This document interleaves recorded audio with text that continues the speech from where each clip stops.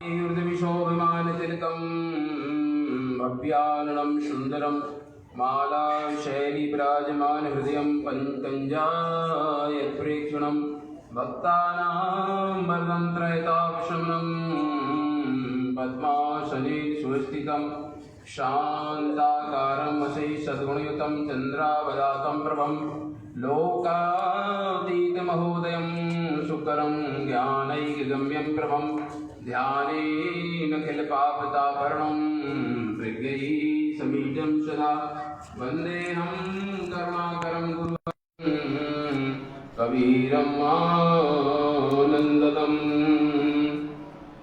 विश्ववंदनीय परमात्मा सद्गुरु कबीर साहेब की जय, श्री गुरुदेव की जय। आज फाल्गुन पूर्णिमा हमारी भारतीय संस्कृति का महापर्व है। फाल्गुन पूर्णिमा के होली के पर्व पर उपस्थित मुद मंगलमय संत समाज, नीरछीर विवेकी सद्गुरु के प्यारे हंसजनों, श्रद्धा भक्तिमयी करुणामयी ममतामयी माताओं, प्यारे बच्चों, आज यहाँ इस गुरुद्वारा में पूर्णमासी के पर्व पर आप सब लोग यहाँ उपस्थित हुए हैं। आज के संदेश में आज कुछ छोटा सा संदेश आपके सामने रखूँगा। आप कुछ देर शांति का परिचय देंगे। प्यारे सज्जनों, सबसे पहले तो मैं आपको इस संदेश देना चाहता हूँ, मनुष्य जीवन की पूर्णता में आध्यात्मिक हमारे जीवन का एक अनिवार्य अंग है। सबसे बड़ी इंसान से गलती होती है, जन्म होते ही भौतिकता की बात करता है, भौतिक उन्नति को ही जीवन का उद्देश्य मान लेता है और पूरा जीवन उसी में ही लगा देता है। परंतु सच्चाई की बात यदि सुनी समझी जाए तो मनुष्य जीवन का एक महत्वपूर्ण पहलू हिस्सा है, वो है आध्यात्म। यदि भौतिक जीवन शरीर के लिए रोटी कपड़ा मकान की आवश्यकता हो सकती है, तो हमें जीवन का उद्देश्य पाने के लिए, परम शांति परम मुक्ति सद्गति पाने के लिए, आवागमन मिटाने के लिए, त्रैताप से छुटकारा पाने के लिए हमें नितांत आध्यात्म की आवश्यकता है।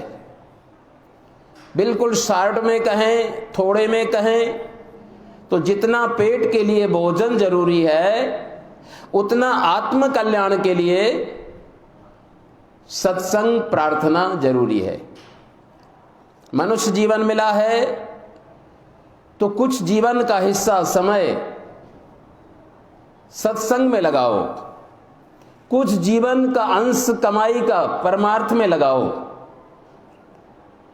कुछ श्वासें जीवन की इस अनमोल श्वासें कुछ सद्गुरु के नाम सुमरन में लगाओ। तभी संतुलित जीवन, सफल जीवन, परिपूर्ण जीवन हो सकता है।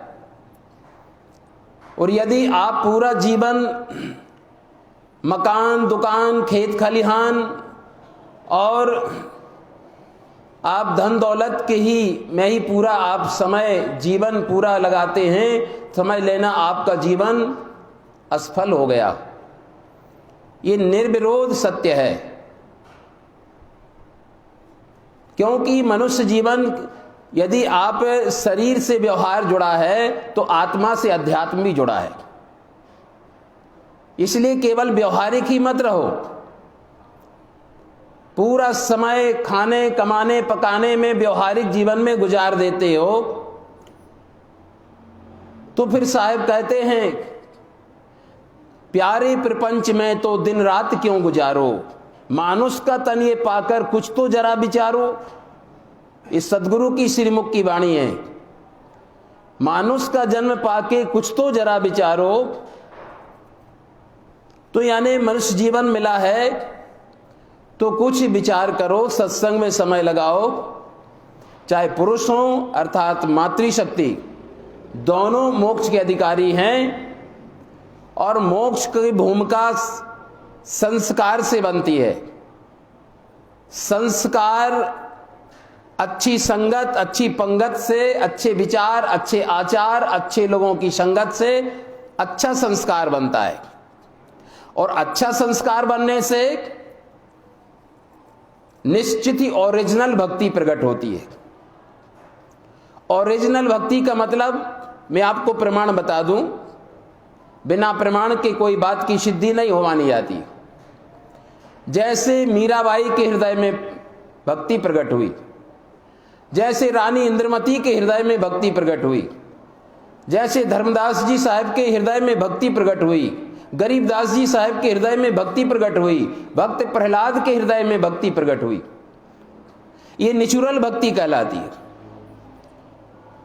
ये देखा देखी भक्ति नहीं कि सब लोग लोटा लेकर जा रहे हैं फलाने देवता को जल ढारने तो हम भी लाइन में लग जाएं, नहीं तो कहेंगे देखो फलाना ऐसा नहीं कर रहा, वो नास्तिक है।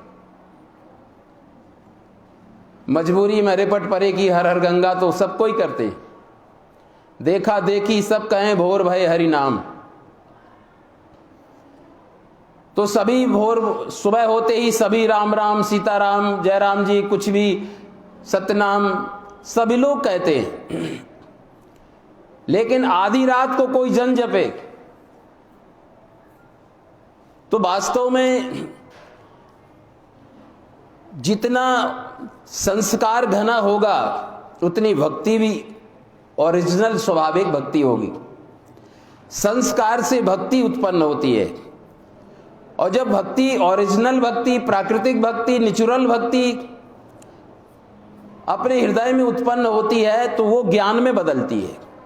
ये बिल्कुल पक्का सिद्धांत है, फूल एक दिन फल में बदल जाता है, करेक्ट है ना? जैसे फूल फल में बदल जाता है ऐसे ही संस्कार भक्ति में बदलता है, भक्ति ज्ञान में बदलती है और ज्ञान मोक्ष में बदल जाता है और मोक्ष से जीवन का पूर्ण विदम, जीवन का उद्देश्य पूरा होता है। तो जैसे वृक्ष को सिंचन किया जाए तो पौधा में बदलता है, बीज को सिंचन किया जाए पौधा में, पौधा को सिंचन किया जाए तो उसमें फूल लगता है, फूल खिलता है और फूल जब धीरे धीरे वो फल में बदलता है और फल में फिर बीज बन जाता है और बीज ही फिर मूल, उस वृक्ष का मूल बन जाता है। तो मनुष्य जीवन का भी ऐसा ही मूल जो है सदगुरु का नाम है, यानी मोक्ष है। नाम से ही सब काम बनते हैं, नाम से ही मोक्ष मिलता है। और सत्यकर माने ना किसी अमुक नदी में स्नान करने से मोक्ष होता है और ना लंबी माला जपने से मोक्ष होता है, ना बहुत शास्त्र पुराणों के पढ़ने से मोक्ष होता है, ना चारों धाम भटकने से मोक्ष होता है। ये तो चित्त शुद्धि के लिए, मात्र केवल चित्त शुद्धि के लिए, तत्कालिक मनो भावना की शुद्धि के लिए लोगों की एक बच्चों का खिलौना है, तत्काल बच्चे को शांत करने के लिए। परंतु आध्यात्मिक जगत का, हमारी भारतीय संत परंपरा का निर्णय, जब मेरा ग्रंथ देखेंगे आप लोगों के हाथ में आएगा जो लिख रहा हूं, कितनी विशाल संत परंपरा है हमारे भारत में। तो भारतीय संत परंपरा का बिल्कुल सबका अंतिम सार रिसर्च कि संस्कार से भक्ति, भक्ति से ज्ञान और ज्ञान से मोक्ष होता है।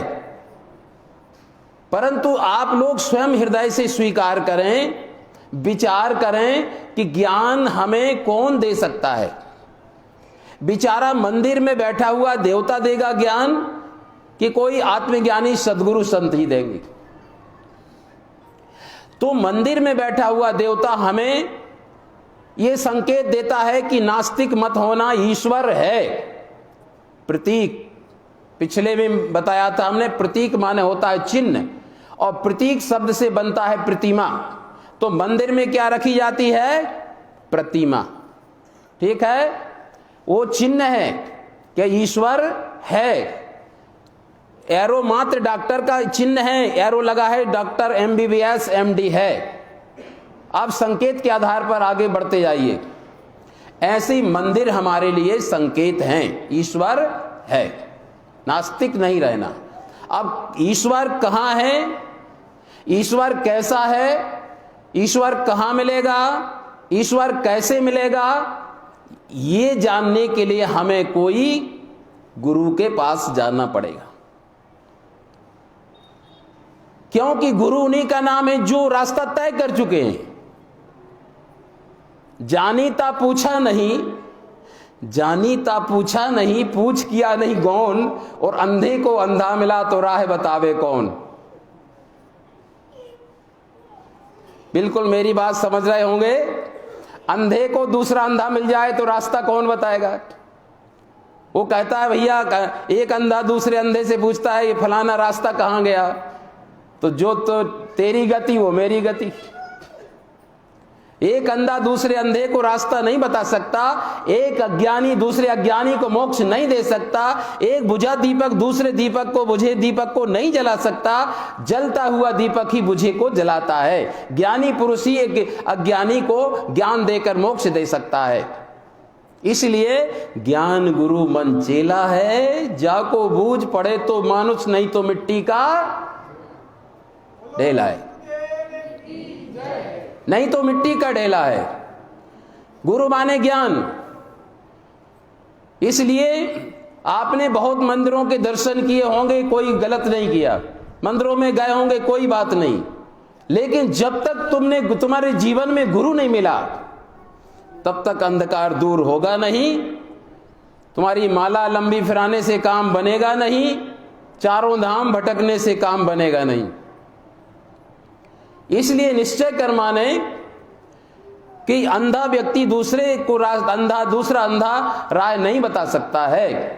ऐसे ही अज्ञानी व्यक्ति माने दूषित पानी से दूषित कपड़ा साफ नहीं हो सकता है, ये पक्का वचन कह रहा हूं। जो खुद माया के दलदल में फंसे हैं, पुत्र परिवार बीवी बच्चे मेरा तेरा राग द्वेष के, भले ही वो कर्मचारी बन के मंदिर में पुजारी बन के बैठे, जरा उनकी आचार मीमांसा तो देखो जरा।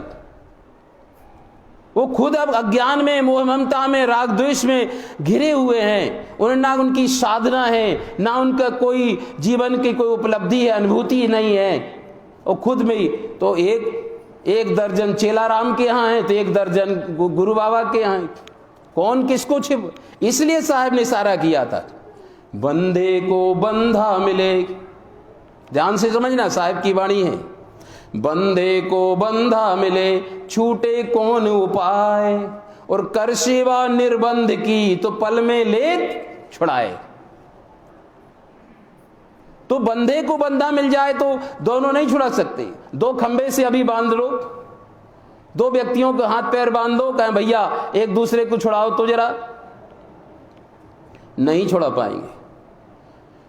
तो दोनों बंधे हैं, एक दूसरे को नहीं छुड़ा सकते, लेकिन कोई निर्बंध है वो दोनों को छोड़ सकता है। इसी प्रकार जो अविद्या में, अज्ञान में, मोह में और लोभ में, नाना प्रकार की आसक्तियों में बंधा व्यक्ति दूसरे के बंधन नहीं छोड़ सकता। ये पक्का बिल्कुल सिद्धांत अटल वचन कह रहा हूं। गंदे पानी से गंदा कपड़ा साफ नहीं हो सकता, इसलिए बंधे को बंधा नहीं छुड़ा सकता, निर्बंध गुरु होना चाहिए। तो हमें गुरु करे जानकर, हमारे सदगुरु के सिद्धांत में कहा जाता है, गुरु करे जानकर पानी पीवे छानकर।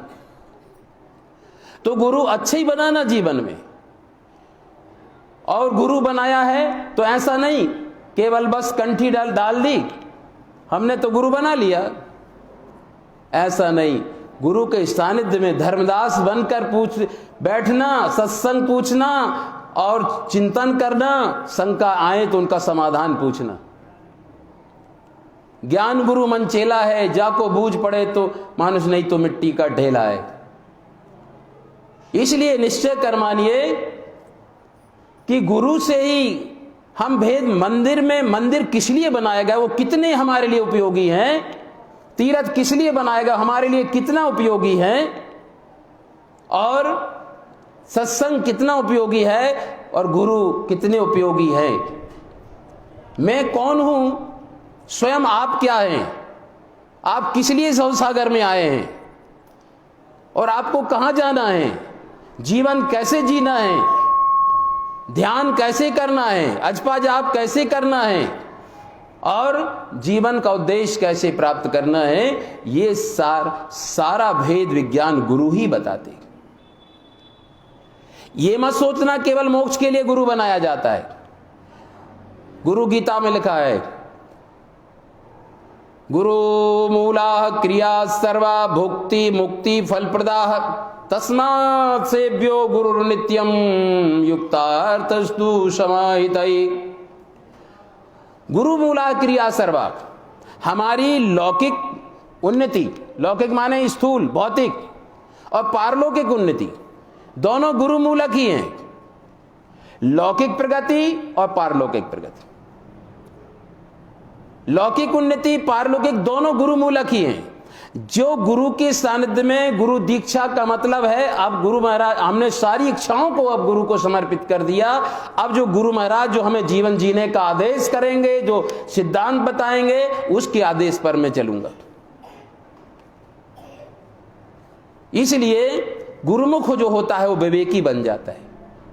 गुरुमुख विवेकी होता है, गुरुमुख होश का जीवन जीता है, गुरुमुख शाकाहारी हो जाता है, गुरुमुख के पास विवेक, विचार, ज्ञान, ध्यान, धैर्य, क्षमा, शील, संतोष आदि सद्गुण आ जाते हैं। गुरुमुख इन सद्गुणों से परिचित हो जाता है। शायद आप मार्केट में जाते होंगे, हजारों लोग आ रहे हैं जा रहे हैं, सारा संसार ऐसा ही दिखता है, आते हैं जाते हैं, हजारों लोगों में आपका परिचय नहीं तो कोई किसी से कोई आप मतलब भी नहीं है। अगर उन्हीं में से एक परिचित व्यक्ति मिल जाता है तो आप कहते भाई कहां जा रहे हैं, आप कहां जा रहे हैं। आप उनको बड़े आत्मीयता से मिलते हैं, समाचार पूछते हैं, तो आपको हर समय वो आपकी हेल्प करने के लिए तैयार रहते हैं। एक परिचित व्यक्ति, केवल आपने परिचय बना लिया इसलिए आपके लिए वो समर्पित हो गया।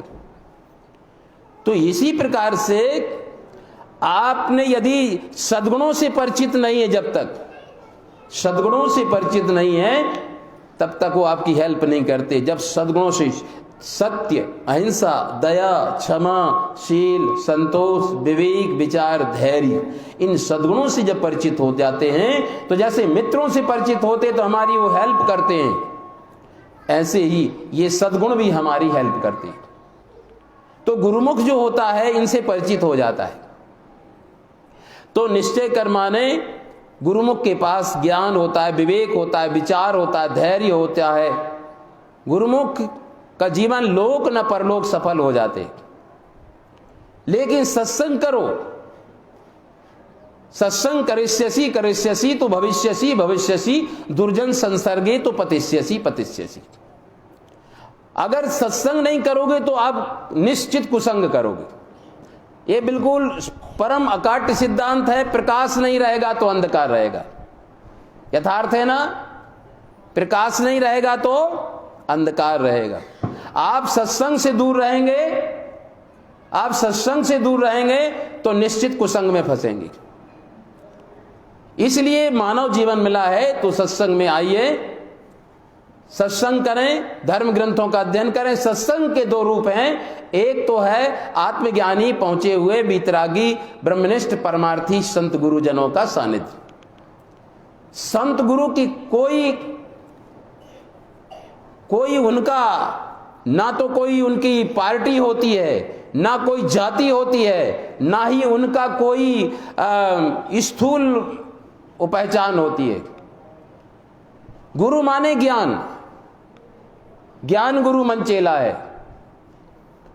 इसलिए वास्तव में ज्ञान से शिष्य का भी मूल्य बढ़ जाता है, शिष्य का जीवन स्तर उठ जाता है, विवेक शक्ति जागती है, मनोवृत्तियां ऊंची हो जाती हैं। और जब मनोवृत्तियां ऊंची हो जाएंगी तो जो आप पग यात्रा करके, कितने लोग ऐसे जीवन में देखे पैर सूज जाते हैं, और जो दौड़े जाते गंगा नहाने, हिमालय में जाते हैं, कंदमूल फल खाते हैं, 84 धूनी तपते हैं, खड़ेश्वरी बनते हैं, दूधाधारी फलाहारी, तो इतना आपको कुछ करने की जरूरत नहीं होगी। आपको घर बैठे भी वो गति प्राप्त होगी जो हिमालय में रहने वाले तपस्वी को भी प्राप्त नहीं हो सकती। ये गुरु भक्ति का कमाल है। इसलिए मन चंगा तो कठोता में गंगा। मन चंगा हो गया तो साहब कहते हैं जिस दिन आपका मन चंगा होगा, लेकिन मन कब चंगा होगा? 100% कहता हूं जब सत्संगा करो। सत्संगा करो तो मन चंगा होगा। मन चंगा करना है तो सत्संगा करो। तो सत्संग कब कैसा करो? ऐसा नहीं कि हम बैठे हैं कबीर धाम में और घर में आपकी विचार सुरती घर में जा रही। सत्संग में बैठना काफी नहीं है, सत्संग आपके हृदय में बैठ जाए तब सत्संग आपका सही है। इसलिए मन को निर्मल बनाने के लिए साहब कहते जिस दिन तुम्हारा सत्संग करते करते मन निर्मल हो जाएगा तो आपको अगरबत्ती लगाने की जरूरत नहीं पड़ेगी, आपको गंगा जाने की भी जरूरत नहीं पड़ेगी, और आपको तीर्थ में भटकने की जरूरत नहीं पड़ेगी, आपको लंबी माला फिराने की जरूरत नहीं पड़ेगी। निश्चित ही कह दोगे मन चंगा तो कठोता में गंगा। इसलिए सदगुरु ने कहा था कबीर मन निर्मल भया, कबीर मन निर्मल भया, जैसे गंगा नीर, पीछे पीछे हरि फिरे कहें कबीर कबीर। बोलो सदगुरुदेव की। जिस दिन सत्संग करते करते आपका मन निर्मल हो जाएगा तो परमात्मा के लिए खोजने नहीं जाना पड़ेगा। 100% पूर्णिमा को विश्वास दिलाता हूं परमात्मा आपके लिए खोजेगा। परमात्मा आपके लिए खोजेगा। कहां छुपा बैठा है अब तक, कहां छुपा बैठा है अब तक वह सच्चा इंसान, खोजते जिसे स्वयं भगवान, खोजते जिसे स्वयं भगवान। इसलिए ऐसी स्थिति लाने के लिए मैं पहले ही बता रहा हूं आध्यात्म का सीरियल कि अच्छी संगत अच्छी पंगत बनाओ, संस्कार प्रबल होगा। जब संस्कार प्रबल होगा तो भक्ति जागेगी। भक्ति में बहुत ऐसा नहीं, बहुत आडंबर करने की जरूरत नहीं। भक्ति ना होए गाय बजाए, भक्ति ना होए मृदंग बजाए, भक्ति ना होए नाचे कूदे, भक्ति ना होए आंखें मूंदे, भक्ति ना होए तीर्थन के डोले, भक्ति ना होए साखी पद बोले। कहें कबीर सुनो धर्मदास, भक्ति भेद है गुप्त निवास। भक्ति का मार्ग झीना रे, कोई जाने संत सुजान, भक्ति में जो लौली ना रे। हर काम सूक्ष्म की ओर हो जाता है। जैसे मटकी भर मठा से वो 10-50 ग्राम घी उससे श्रेष्ठ है, ऐसे ही जो अज्ञान की स्थिति में धर्म का कर्म आडंबर करता है और कहता है हम बहुत बड़े धार्मिक हैं, परंतु जो ज्ञान की स्थिति में आ जाता है वो धार्मिक आडंबर की जरूरत नहीं पड़ती और असली धार्मिक है। इसलिए निश्चित ही गुरु भक्ति करने से हमारी मानसिकता सुधरेगी, मन चंगा होगा, हमारी मानसिकता सुधर जाएगी, और जब मन स्थिति सुधर जाएगी तो परिस्थिति भी सुधर जाएगी। ये पक्का नियम है, साइकोलॉजी विज्ञान का सिद्धांत है। जब मन स्थिति किसी व्यक्ति की सुधर जाती है तो परिस्थिति भी सुधर जाती है। और ये पक्का वचन कह रहा हूं, जो केवल जीवन में हाय हत्या भरा है वही पढ़ता है सुबह से अखबार, कितने मरे कितने जिए, पुलिस ने किसको पकड़ा किसको घंसा, कितनी दुर्घटनाएं हुई, अब हमें छोटी सी बीमारी ही आपका मेरे को बहुत बड़ी बीमारी ने घेर लिया, तो 100% आप अपनी समस्याओं को भुला रहे हैं। समस्याओं को बुला रहे हैं आप। जो व्यक्ति सकारात्मक सोच रखता है, कठिनाइयों में भी सोचता है, ये तो संसार में आए हैं, हिमालय में आए तो ठंडी लगेगी कि नहीं लगेगी, हिमालय में आए हैं तो ठंडी लगेगी, संसार में आए हैं तो दुख सुख मेला जग का भाऊ। दुख सुख का संसार, कभी धूप कभी छाए, कभी लाभ कभी हानि, कभी दुख कभी सुख, ये तो लगा ही रहेगा।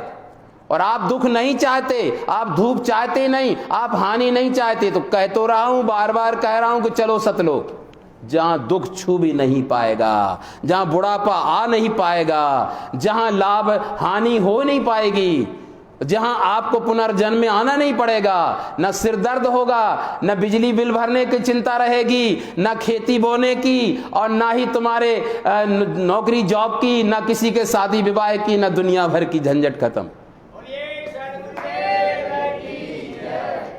इसलिए निश्चित कहता हूं, एक स्थान है वो अमरलोक, चल हंसा सतलोक हमारे, छोड़ो ये संसारा हो, ये संसार का काल है राजा, यहां कर्म का जाल पसारा हो।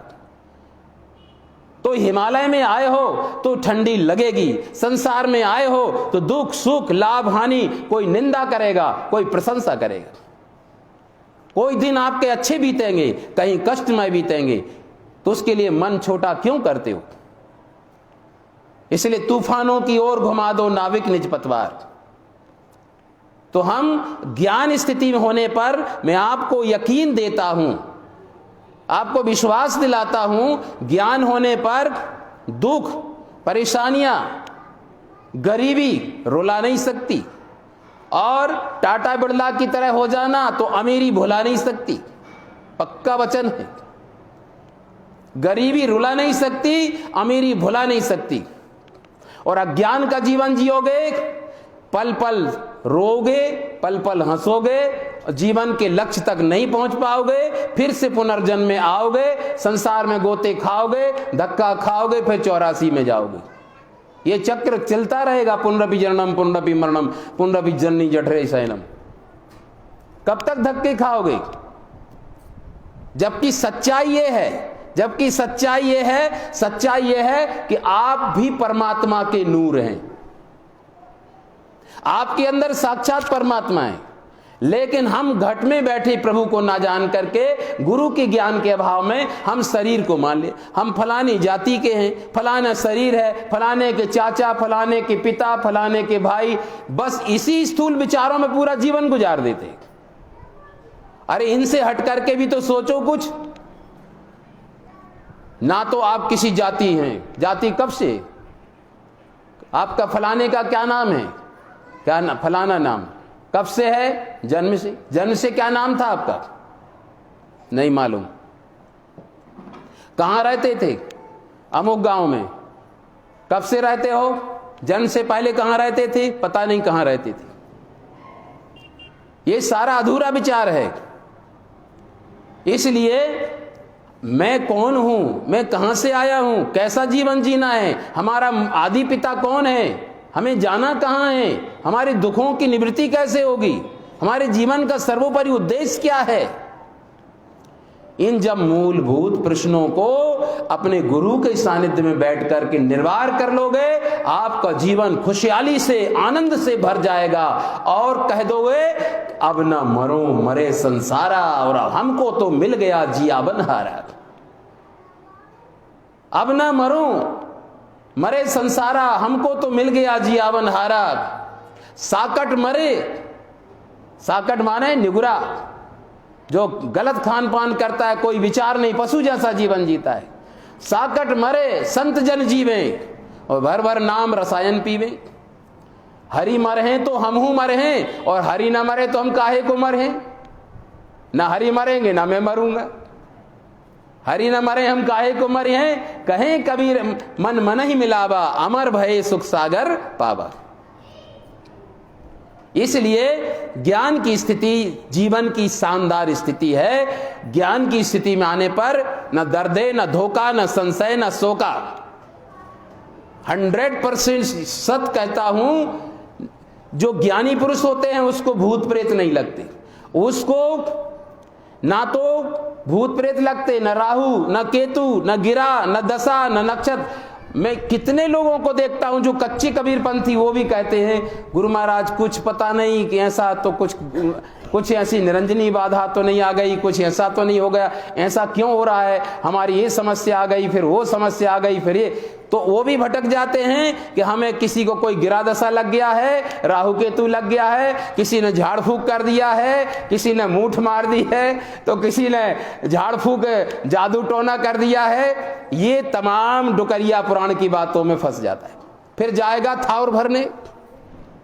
जो रात के चोर तो आपने बहुत सुने होंगे, दिन के चोर बैठे थावर भरने जाएंगे, थावर भरने जाएंगे। कभी जीवन में अगर है तो ऐसा नहीं करना। अगर आप गुरु भक्त हैं तो एक नारियल, मैं उनका किस्सा एक जगह का सुना रहा हूं। नारियल में क्या होता है, ऊपर बूच होता है ना, बूच, हालांकि इसमें वो नहीं है, तो बूच, उसको बूच को थोड़ा सा लोहे के कीला से ऐसा खोला। अब इसमें 3 आंखें हैं, एक को छेद कर दिया, अभी मैं प्रैक्टिकल करके बता दूंगा। छेद कर दिया कीला से, अब उसमें एक फीता का टुकड़ा लाल लिया, ऐसा करके उस कीला से दबा दिया, अंदर चला गया। बूच को ऐसा कर दिया, ऐसा हो गया। अब रख दिए ऐसे 10-25 नारियल रख दिए। अब हरनाम सिंह आए, हमारी समस्या है बंडा जी, ये समस्या है, कुछ हम ऐसी समस्या से परेशान हैं, तो हाँ तुम्हारी समस्या हल हो जाएगी। तो ऐसा करो, पहले तो ये पता लगाएंगे कि तुम्हें किसी को कुछ बाहर का फेर तो नहीं है। तो कहा कि कैसे, ये नारियल रखे हैं ना, उनने नारियल लिया तो इस तरफ रख दिया, और ये नारियल रखे हैं, इसमें से आप ही छीलो और आप ही को फोड़ना है। अगर नारियल सही सलामत निकलेगा तो कुछ नहीं है, और अगर नारियल में कुछ गड़बड़ हुआ तो जरूर कुछ गड़बड़ है, दाल में काला है। अब नारियल फोड़ा, छील करके उसी भगत ने नारियल को छीला, फोड़ा, और जब फोड़ करके देखा तो उसमें फीता का टुकड़ा निकला। अरे देखो, किसी ने मूठ मार दी है, ये तुम्हारे कुछ झाड़ फूक जादू टोना कर दिया है, कुछ किसी ने ये कोई तुम्हारे अंदर कुछ कर दिया है करिश्मा, इसलिए तुम्हें ऐसा हुआ है। देखो कुछ तो क्या करना पड़ेगा, 51,000 लगेगा, महामृत्युंजय जाप करेंगे। तुम्हारा राहु केतु उतारने के लिए ऐसा करना पड़ेगा किसी ने। इस प्रकार से बहुत दूबरे और 2 आषाढ़, वैसे ही तो बेचारा परेशानी का मारा था, और उतने पर और भरम और ऊपर से डाल दिया है। तो निश्चित ही संत भरम को काटते हैं, और ये स्वार्थी लोग, अज्ञानी लोग, ये धर्म के व्यवसायी लोग धर्म में उलझाते। इतना अंतर है, सदियों से समाज पिसता आ रहा है, लेकिन सच्चाई की ओर हमारी भारतीय संत परंपरा, जो हमारे उच्च कोटि के संतों की विचारधारा को हम जाने, उनका अनुसरण करें, तो निश्चित ही संतों ने सदा सुलझाया है, और संसार के जो कठमुल्ले हैं, जो सौदागर हैं, वो उलझाते हैं। इसलिए हमें झाड़ झड़ूला, जादू टोना, भैरों भूत भैया, दुनिया भर के ये 33, उसके पीछे ना जाएं। ब्रह्म एक पहचान लिया, दुविधा पकड़ी से क्या मतलब, आत्म तत्व विचार लिया, गोरे काले से क्या मतलब, मूल वृक्ष जब हाथ लगा पत्ता डाली से क्या मतलब, ज्ञान के गोले झोंक दिए बरछी भाले से क्या मतलब, ब्राह्मण क्षत्रिय वैश्य शूद्र इनके झगड़े से क्या मतलब। इसलिए निश्चित ही मूल वृक्ष जब हाथ लगा तो पत्ता डाली से क्या मतलब। तो वास्तव में हमें इसके धर्म के नाम पर बहुत आडंबर करने की जरूरत नहीं है। अच्छा शानदार जीवन जीना है तो हम अच्छा सत्संगी बने, मन स्थिति अच्छी करें, खान पान अच्छा सुधारें और संस्कारी बने, सत्संग में जाएं। सत्संग के 2 रूप हैं, एक तो आत्मज्ञानी संतों का सानिध्य है, और दूसरा क्या है, अच्छे धर्म ग्रंथों का अध्ययन। एक घड़ी आधी घड़ी आधव के, परंतु जरूर धर्म ग्रंथों का अध्ययन करना, स्वाध्याय करना बैठ के, उससे भी 60-70% तक लाभ हो सकता है। लेकिन पूरा लाभ तो पूरा आत्मज्ञानी पूरे गुरु के सानिध्य में होगा, ये पक्का वचन है। ग्रंथ पढ़ने से भी आपका पूरे संशय दूर नहीं होंगे, कुछ लाभ होगा। देखो, आत्मज्ञानी संत गुरु में और ग्रंथ में ये अंतर होता है। जैसे एक मेडिकल होता है और एक डॉक्टर। मेडिकल में आपकी दवाई, रोग की दवाई है, लेकिन आपको मालूम नहीं है, आप मुट्ठी भर के मेडिकल से कहीं से दवाई ला के खा लेंगे तो और रिएक्शन और हो जाएगा। तो मेडिकल में आपके रोग की दवाई तो है, लेकिन आपको मालूम नहीं है। ऐसे ही निश्चित ही जब डॉक्टर के पास जाते हैं तो वो लिखते हैं कि आपको ये रोग है और ये मेडिकल में मिल जाएगी, वो दवाई लिखेंगे तो दवाई खाने से उसकी बीमारी रोग ठीक हो सकता है। तो गुरु ऐसे वैद्य हैं जो निश्चित ही ज्ञान का शंका जो नाना प्रकार की शंका रूपी बीमारी हैं, जो भ्रमना रूपी बीमारी हैं, उनको सही दवा देकर उनका ठीक ट्रीटमेंट कर देते हैं। सब जग रोगी यार एक सदगुरु वैद्य विचारा। तो इसलिए निश्चित ही हम सदगुरु की शरण में जाएं और सत्संगी बने, खान पान अच्छा सुधारें, संगत पंगत अच्छी रखें, ग्रंथों का अध्ययन करें। तो मैं आपको कह रहा हूं, आपकी केवल आत्मिक लाभ ही नहीं, मुक्ति ही नहीं, आपकी भौतिक परिस्थितियां भी बदल जाएंगी। मन चंगा तो कठोता में गंगा, मन चंगा हो जाएगा, 10 दिशाएं तीर्थ बन जाएंगी। जहां जहां जाऊं सोई परिक्रमा, जो कुछ करूं सो पूजा, ग्रह उद्यान एक सम देखूं, भाव मिटाऊं दूजा। अलग से परिक्रमा की जरूरत नहीं रहेगी, हम लोग सहज योगी हैं, जहां जहां जाते वही परिक्रमा है, अलग से परिक्रमा की जरूरत पड़ती ही नहीं। कितने लोग कहते मंदिरों में परिक्रमा लगाते, मैं कहता हूं आत्मज्ञान नहीं होगा, तुम 1000 साल परिक्रमा करते रहोगे, कई 1000 जीवन भी गुजार दोगे परिक्रमा, लेकिन तुम्हारी 84 की परिक्रमा नहीं मिटेगी, 84 का फेरा नहीं मिटेगा। इसलिए साहिब कबीर कहते हैं, जहां जहां जाऊं सोई परिक्रमा। जब ज्ञान हो गया, जब मन चंगा हो गया, तो जहां जहां जाऊं सोई परिक्रमा, जो कुछ करूं सो पूजा। जो कुछ करते हो पूजा हो गई, मन इतना निर्मल हो गया कि जो कुछ करते हो पूजा ही हो गई, अलग से पूजा की भी जरूरत नहीं पड़ेगी फिर। लेकिन ऐसा नहीं करना कि ऊंची स्थिति पर पहुंचे ही नहीं, वो पहले ही से हम पूजा छोड़ दें, ग्रंथ पढ़ना छोड़ दें, सत्संग छोड़ दें, तो 2 ही दिन से गए पाड़े, हलवा मिले न माड़े। इसलिए वो उच्च स्थिति पर आने की स्थिति है। इसलिए निश्चित ही मन को सत्संग को चंगा करना है, मन को तो सत्संगा करो, धर्म ग्रंथों का अध्ययन करो। जब मन चंगा हो जाएगा, मन निर्भ्रांत हो जाएगा, मन में कोई शंका नहीं रहेगी, मन अच्छा ज्ञानी ध्यानी में हो, रंग के रंग में, असली रंग में। लोग तो एक कच्चे रंग की होली खेलते, साहब कहते हैं होली खेलत संत सुजान आत्म राम से, आत्म राम से होली खेलते ज्ञानी पुरुष। ये तो संसार की होली है, संतों की सदा होली, सदा दीपावली। होली साहब ने भी बोला है, होली खेलत संत सुजान आत्म राम से, पतिव्रता खेले अपने पिया संग, वैश्या खेले जहान आत्म राम से। होली खेलत संत सुजान आत्म राम से। तो वास्तव में तो ज्ञान की स्थिति में ना आपको भरमभूत लगेंगे, ना जादू टोना, न किसी प्रकार की, और आपको दुख में सुख में अपोजिट परिस्थितियों में निंदा करने वाले की स्थिति में भी आपको कोई फर्क नहीं पड़ेगा। हाथी चला बाजार और कुत्ते भौंके 1000। ज्ञान की स्थिति सबसे अच्छी होती है। हजारी प्रसाद द्विवेदी लिखते हैं, सदगुरु कबीर साहब सहज का दुलीचा, हाथी ज्ञान के हस्ती पर सहज का दुलीचा डालकर बैठे थे।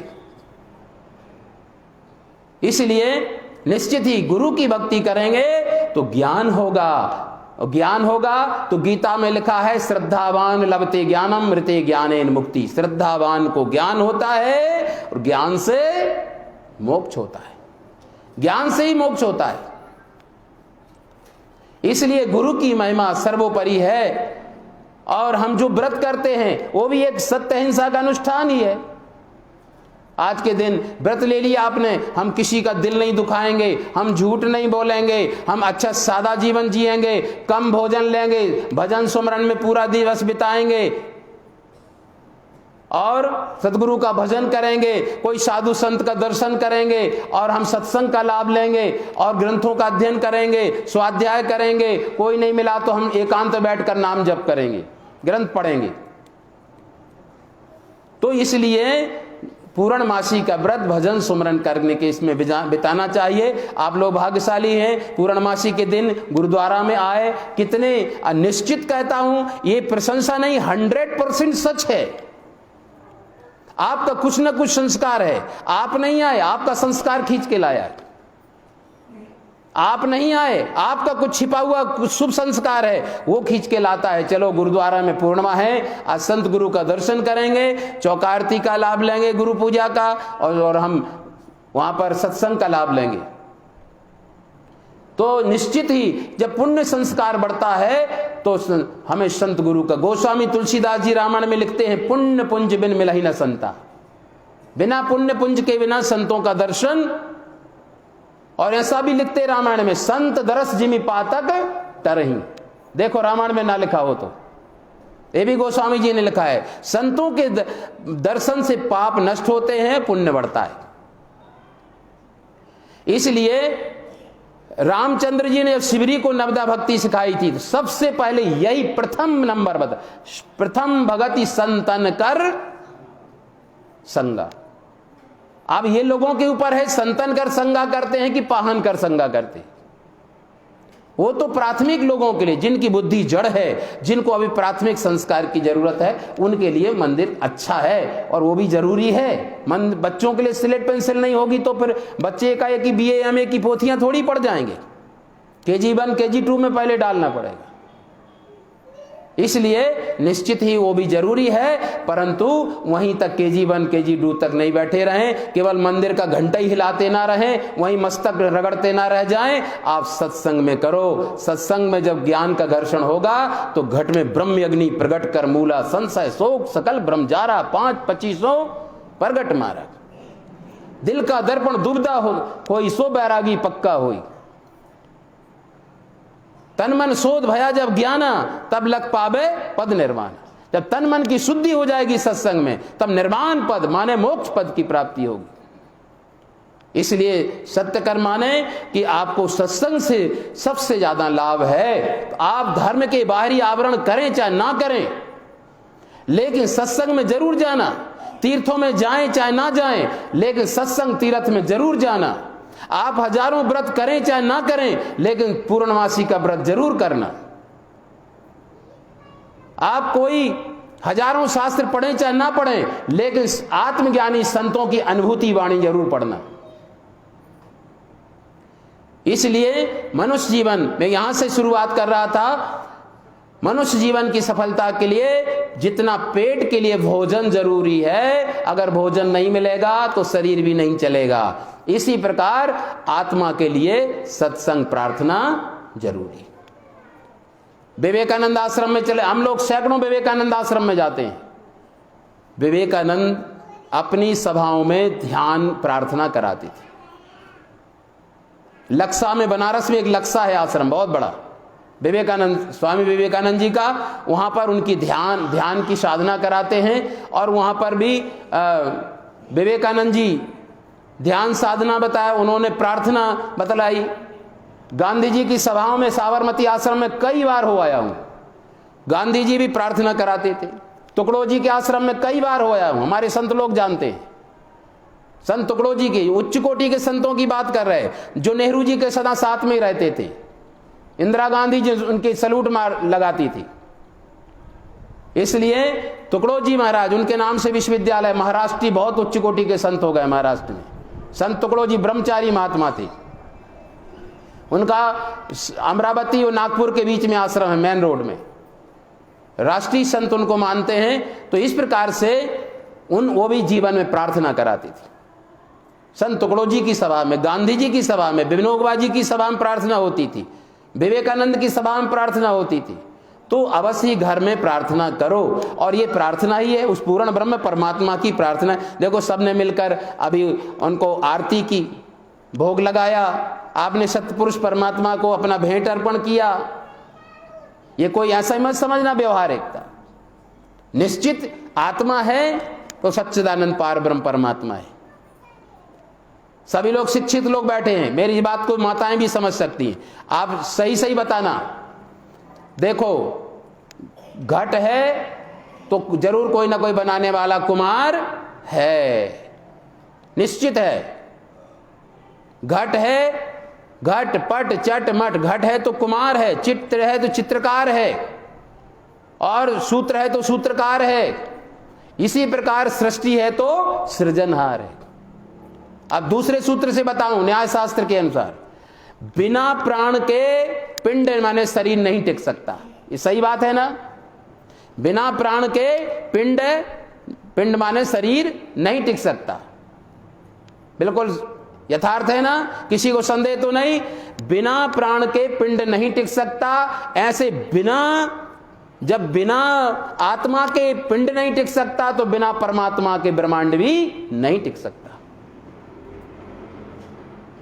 यत् पिंडे तत् ब्रह्मांडे, जो पिंड की स्थिति है वही ब्रह्मांड की स्थिति है। साहब ने कहा है, जिसको विद्वानों ने इस प्रकार कहा, यत् पिंडे तत् ब्रह्मांडे, यत् ब्रह्मांडे तत् पिंडे। तो सदगुरु कबीर साहब ने बिल्कुल सरल भाषा, धर धरनी का एक ही लेखा, जस बाहर तस भीतर देखा। जो बाहर है वो भीतर है। अबधू अंदर धुंध अंधियारा, कोई जानेगा जाननहारा। या घट भीतर नदिया नाले, यही में ठाकुर द्वारा। बहुत प्यारा भजन है, कभी समय मिलेगा तो विस्तार से बताएंगे।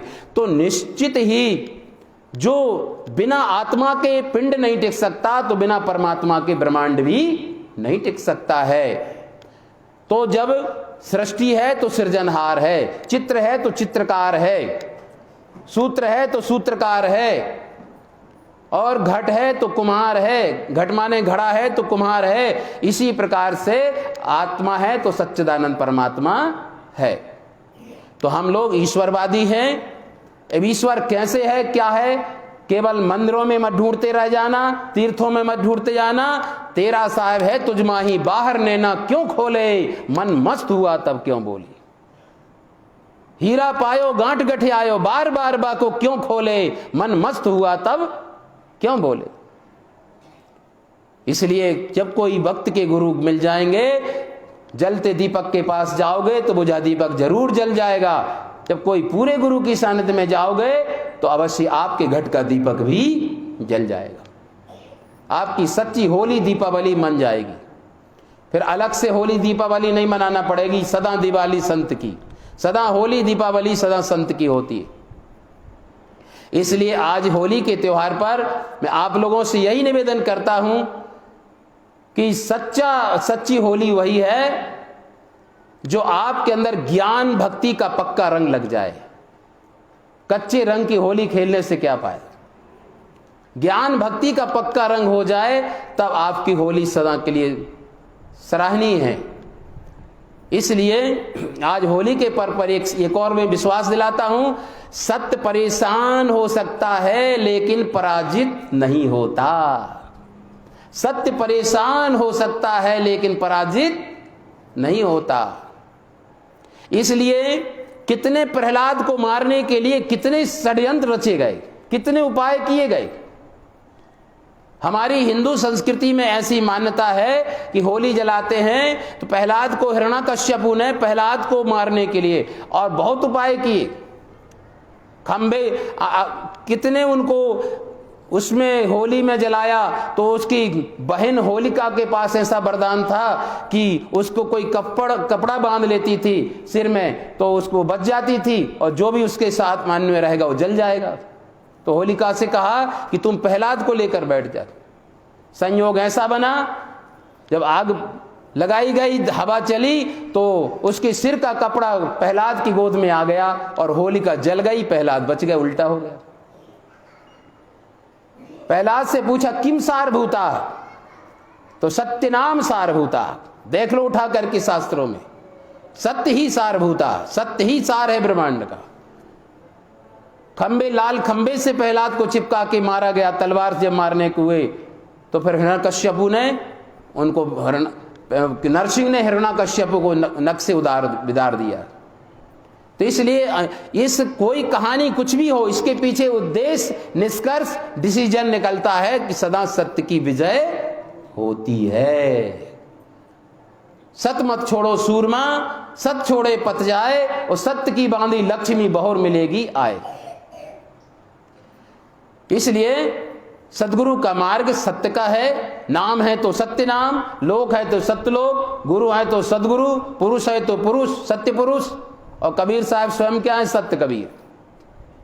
इसलिए निश्चित ही सत्य के मार्ग पर चलो। गांधी जी चले, उन्होंने लिखा जब मैं दिल्ली जाता हूं गांधी जी की समाधि जरूर जाता हूं। हमारे संतों को मालूम है, जब मैं दिल्ली जाता हूं, मुरादाबाद जाता हूं, हरियाणा जाता हूं, कहीं भी दिल्ली से गुजरता हूं, जरूर गांधी जी की समाधि से मेरा लगाव है। मैं गांधी जी की समाधि के राजघाट जाता हूं, और गांधी संग्रहालय बना है, वहां बहुत बड़ा गेट बना है, स्टील के अक्षर में लिखा है ट्रूथ इज गॉड, सत्य ही ईश्वर है। इसलिए निश्चित ही ये गांधी जी ने माता पुतलीबाई से सीखा, पुतलीबाई ने कबीर पंथ से सीखा। पुतलीबाई कबीर पंथी एक महिला थी जिन्होंने मोहन को जन्म दिया और ऐसा संस्कार दिया कि आज हमारे देश के राष्ट्रपिता बन गए, 125 करोड़ लोगों के नायक बन गए। चाहे बीजेपी आ जाए चाहे कांग्रेस, आखिर राष्ट्रपिता गांधी जी ज्यों के त्यों। सत्य अटल रहता है, कितने लोग अफवाहें करें, कितने कीचड़ उछालें, लेकिन सत्य तो सत्य ही रहता है। भजो सत्य नाम क्या रंक राजा, चाहे रंक हो चाहे राजा हो, जो सत्य का सुमरण करेगा वो अमर हो जाएगा। इसलिए आज होली का पर्व ये संदेश लेता है, सदा सत्य की विजय होती है। लाख प्रपंच करने पर प्रहलाद का बाल बांका नहीं हुआ, हिरण्याकश्यपु को आखिरी में मरना पड़ा, होलिका भी चली गई, झूठ की पराजय हुई और सत्य की विजय हुई। इसलिए सत्य परेशान हो सकता है लेकिन पराजित नहीं। इसलिए एक और मैं आपको बतलाऊं, चूंकि स्वतंत्र भारत के बाद में जो भी शोधकर्ताओं ने हमारे हिंदी साहित्य में दिया वही हमारे जनमानस में मान्यता के रूप में बढ़ गया। तो सदगुरु कबीर साहब ने, जो आज सच कह रहा हूं, इसको किसी राग द्वेषवश नहीं समझना या अन्यथा नहीं सोचना। सदगुरु कबीर साहब ने बीजक में थोड़ा एक विप्रमति सी कहा, उसमें विप्रो माने ब्राह्मणों ने जो भारतीय हिंदू समाज में जो बहुत कमजोरियां की, बहुत पाखंड फैलाया, तो उसमें साहब ने पर्दाफाश किया। तो उससे चिढ़ के कुड़ के, और इन लोगों ने 99% इन्हीं लोगों ने कहलाने वाले जो हैं, उनने कबीर साहब के प्रति बहुत ज्यादा भ्रांति फैला दी। चाहे हजारी प्रसाद द्विवेदी हो, चाहे पारसनाथ द्विवेदी हो, चाहे केदारनाथ द्विवेदी हो, और चाहे मिश्र बंधु हो, चाहे प्रहलाद मौर्य हो, चाहे त्रिगुणायत हो, इन सभी लोगों ने अधिकांश 99% जितने शोध करता हुए उनने कबीर साहब पर कीचड़ उछाला और उनको सच्चाई को सामने प्रकट नहीं होने दिया। इसलिए आज ये बड़ी चिंता का विषय था। 25-30 साल से मैं सोच रहा था कब ये ग्रंथ लिखूं, लेकिन आप पूर्णमासी को मैं आपको बताता हूं, समस्या ये थी कि छत्तीसगढ़ से मुश्किल से समय निकालते थे तो मध्य प्रदेश में कार्यक्रम, यहां से गए तो राजस्थान, उत्तर प्रदेश, उत्तरांचल, महाराष्ट्र, उड़ीसा, तो बिहार, तो कहीं गुजरात, कभी समय मिल भी नहीं पाता था।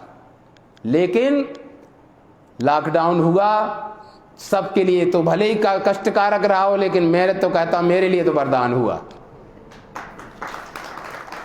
लॉकडाउन हुआ तो मैं स्वतंत्र हो गया, मेरे को आजादी मिल गई, 1 साल की आजादी हो गई। बस सीधा पुराना संकल्प था, कलम उठा ली।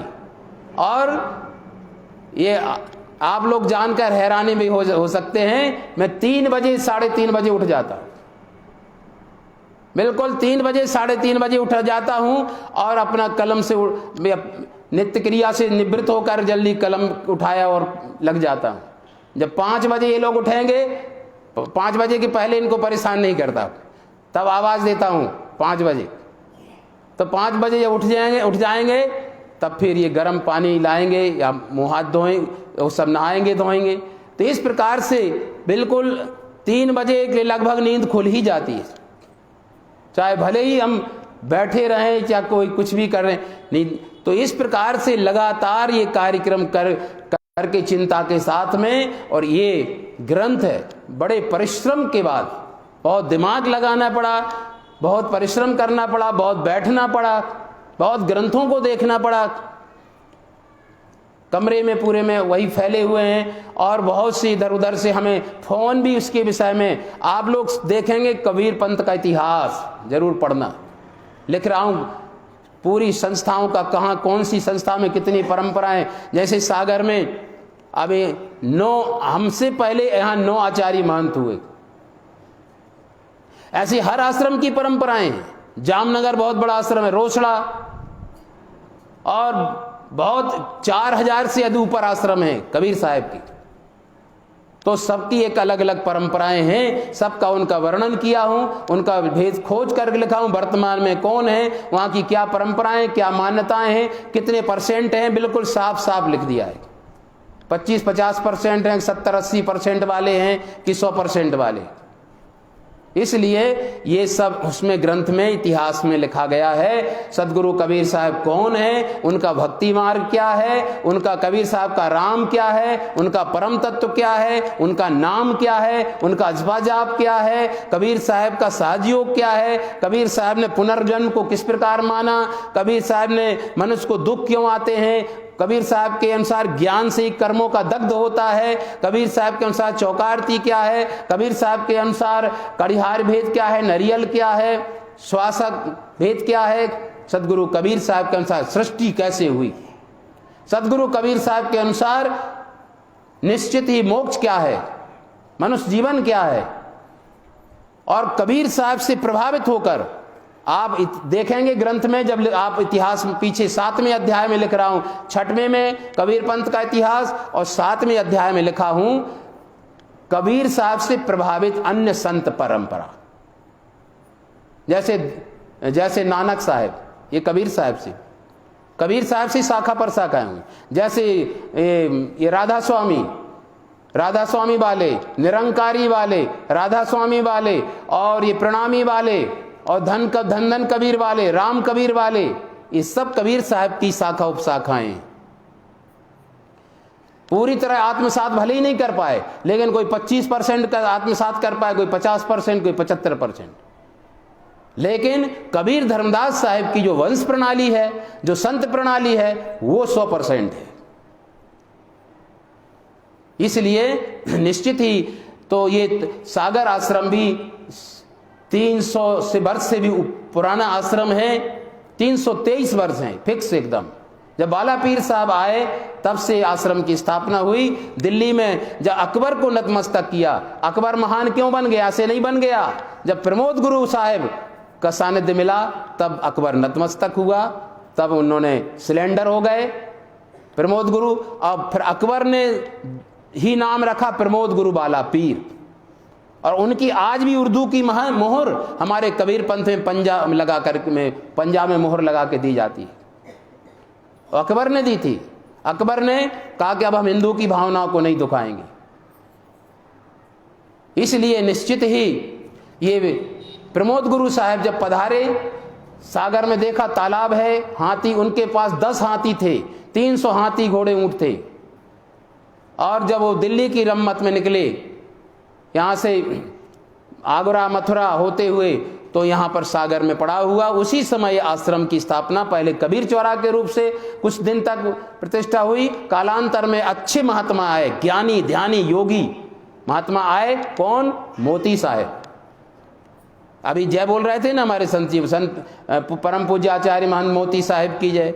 तो मोती साहब यहाँ के प्रमुख है, वो आचार्य महंत हुए। उन्हीं के व्यक्तित्व से यहाँ की रानी प्रभावित हुई। सर्वोदय के ज्ञान था। कौन दिशा से आया, आपका काम होगा, आपका काम नहीं होगा, अधूरा होगा। कौन दिशा से आया, कहां से कैसे आया, पूरा सर्वोदय विज्ञान, स्वर के आधार पर पूरा ज्ञान था। कबीर साहब का सर्वोदय ज्ञान, तो स्वर विज्ञान के आधार पर वो पूरा बता दे। तो यहाँ राजा के सारे कार्य जब उनके परीक्षण सत्य हुए, तो यहाँ के राजा रानी विशेष प्रभावित हुई, और उन्होंने उनके प्रधानमंत्री को आदेश दिया, तो सागर आश्रम परकोटा का आश्रम बना था। इस प्रकार से तो आप लोग ये तो जानते ही हैं। उसके बाद में वहाँ सिटी में घनी आबादी होने के कारण यहाँ पर ये रूपांतरित किया गया, और आज हम आज़ादी के साथ यहाँ सत्संग का लाभ ले रहे हैं। भविष्य में भी इसका लाभ मिलता रहेगा। हर संतों का हर कार्य जन समाज के उपकार के लिए होता है। हकीकत कह रहा हूं, उनके खुद के लिए कुछ नहीं। मैं आपको विश्वास दिलाता हूं, ये आश्रम आपके लिए बनाया है, आपकी सुविधाओं के लिए, आपको ज्ञान, ध्यान, साधना, जीवन जीने की कला सिखाने के लिए, जन समाज में हमारी संत परंपरा की आध्यात्मिक क्रांति जगाने के लिए। आप केवल प्राइमरी मत पढ़ते रहें, मंदिर तक घंटा मत हिलाते रहें। मैं मंदिर का विरोधी नहीं हूं, लेकिन जैसा है वैसा ही कहना मेरा काम है।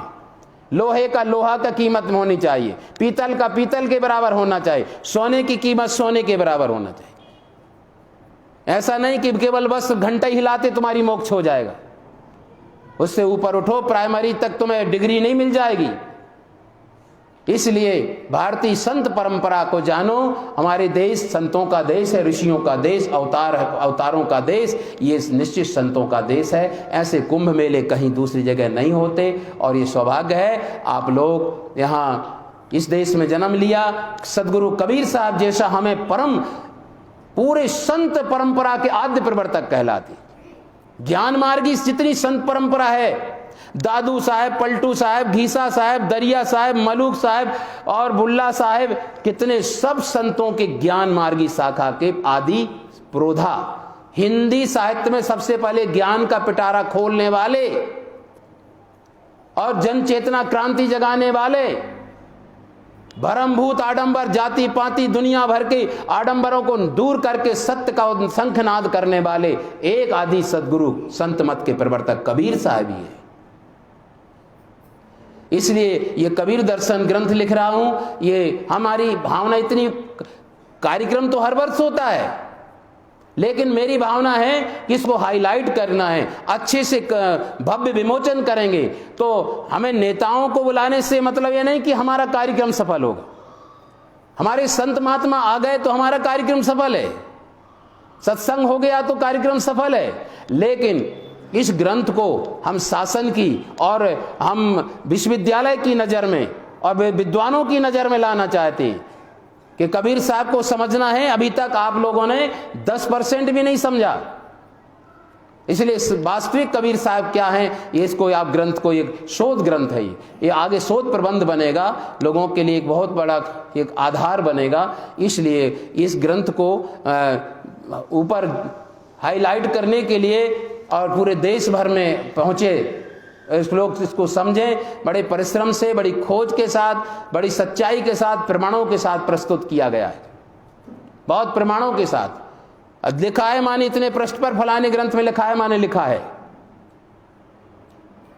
कौन से, तो सबके प्रमाण के साहित्य में ऐसा ही ग्रंथ है। बहुत कबीर दर्शन ग्रंथ, ये तो बहुत पहले लिख जाना था, लेकिन ये कार्य, बहुत बड़े मठाधीश हैं हमारे कबीर पंथ में भी, बड़े बड़े गद्दियां हैं जिनके सवा अरब रुपया एक फिक्स डिपॉजिट में एक आश्रम में। ऐसे भी आश्रम हैं, जामनगर बहुत अरब खरबपति आश्रम है, काशी कबीर चौरा मठ, जिनके कोई चीज की कमी नहीं, लेकिन वो अपना माल मुल्कियत ही समेटने में लगे हैं।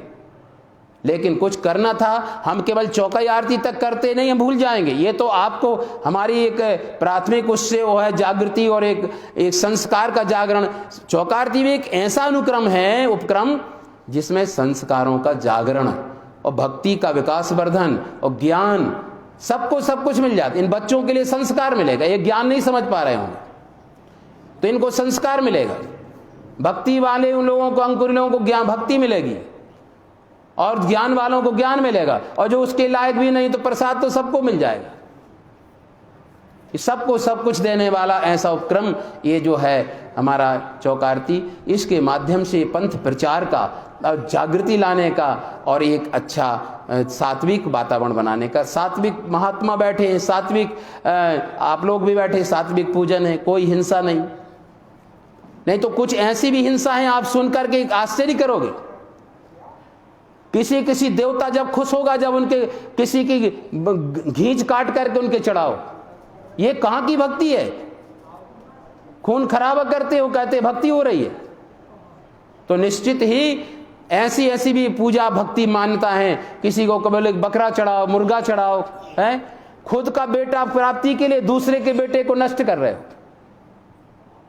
तो ऐसी भड़मना, ये आडंबर फैला है, इसलिए सदगुरु ने इसका जोरदार शब्दों में विरोध किया और अहिंसा की यज्ञ है। आप लोगों ने होली के पर्व पर आप लोग आए और अनेक, आज हमारी संस्था की बैठक भी थी। कार्यक्रम बड़े कार्यक्रम के रूप से तैयारी है। अब आगे प्रकृति की और परिस्थितियां क्या बनती हैं उसके अनुसार चलेंगे, लेकिन बड़े कार्यक्रम के लिए तैयारी हमें करना है। मातृशक्ति से भी मेरा